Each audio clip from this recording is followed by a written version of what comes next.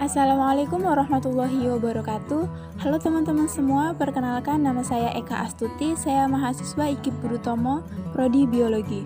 Di sini saya akan menjelaskan tentang konsep dasar penggunaan hukum Newton pada katrol.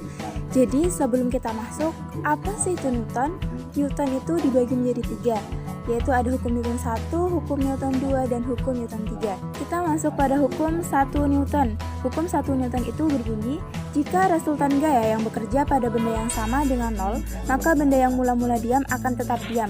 Benda yang mula-mula bergerak lurus beraturan akan tetap lurus beraturan dengan kecepatan tetap.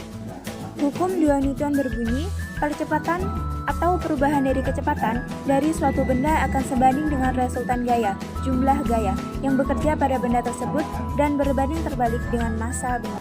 Dan hukum 3 Newton berbunyi, setiap aksi akan menimbulkan reaksi. Jika suatu benda memberikan gaya pada benda yang lain, maka benda yang terkena gaya akan memberikan gaya yang besarnya sama dengan gaya yang diterima dari benda pertama, tetapi arahnya berlawanan.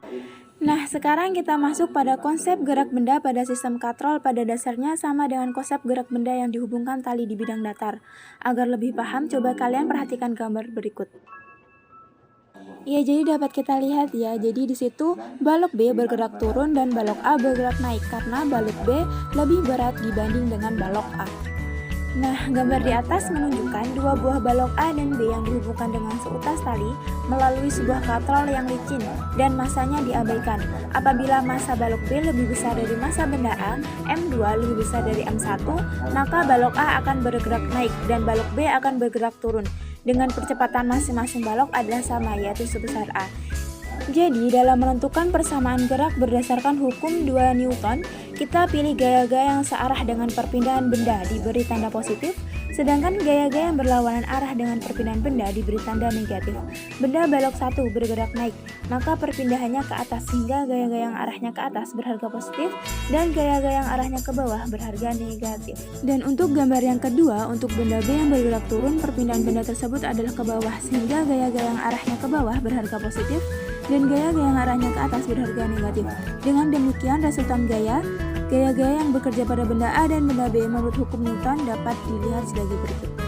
Jadi bersama resultan gaya yang bekerja pada balok A adalah sigma F sama dengan MA kali A, WA kurang T sama dengan MA kali A. Bersama resultan gaya yang bekerja pada balok B adalah sigma F sama dengan MB kali A, WB kurang T sama dengan MB kali A.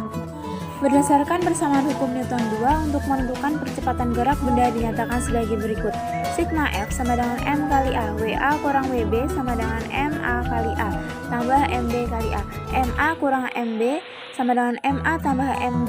A sama dengan MA kurang MB, G, atau MA tambah MB. Jadi keterangannya A sama dengan percepatan M atau S pangkat 2.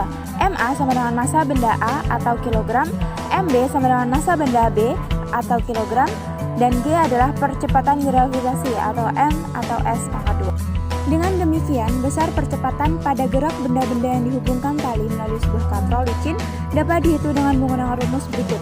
A sama dengan M1 kurang M2 per M1 tambah M2G. Agar lebih jelasnya lagi, yuk lihat contoh berikut ini.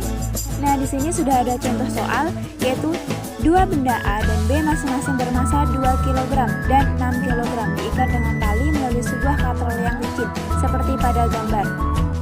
Dan dapat diketahui, massa benda A sama dengan 2 kg, massa benda B 6 kg, dan gravitasinya 10 M atau S pangkat 2. Yang ditanya adalah A. Ya, mula-mula dapat kita tinjau gaya-gaya pada benda A yang bergerak ke atas didapatkan, yaitu TA kurang WA sama dengan MA kali A. TA sama dengan MA kali G tambah MA kali A. TA sama dengan 2 kali 10 tambah 2 kali A sama dengan 20 tambah 2A. Dan kemudian tinjau benda B yang bergerak ke bawah didapatkan WB kurang TB sama dengan MB kali A. MB kali G kurang TB sama dengan MB kali A. TB sama dengan MB kali G kurang MB kali A. TB sama dengan 6 kali 10 kurang 6A sama dengan 60 kurang 6A.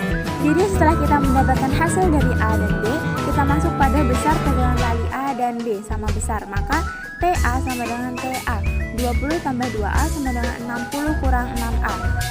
Hasilnya 8A sama dengan 40. A sama dengan 40 per 8 sama dengan 5. M atau S pangkat 2. Jadi hasil dari soal yang tadi 5 M S pangkat 2.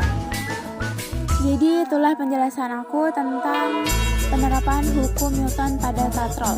Kurang lebihnya aku mohon maaf. Wabillahi taufiq wal hidayah. Wassalamualaikum warahmatullahi wabarakatuh.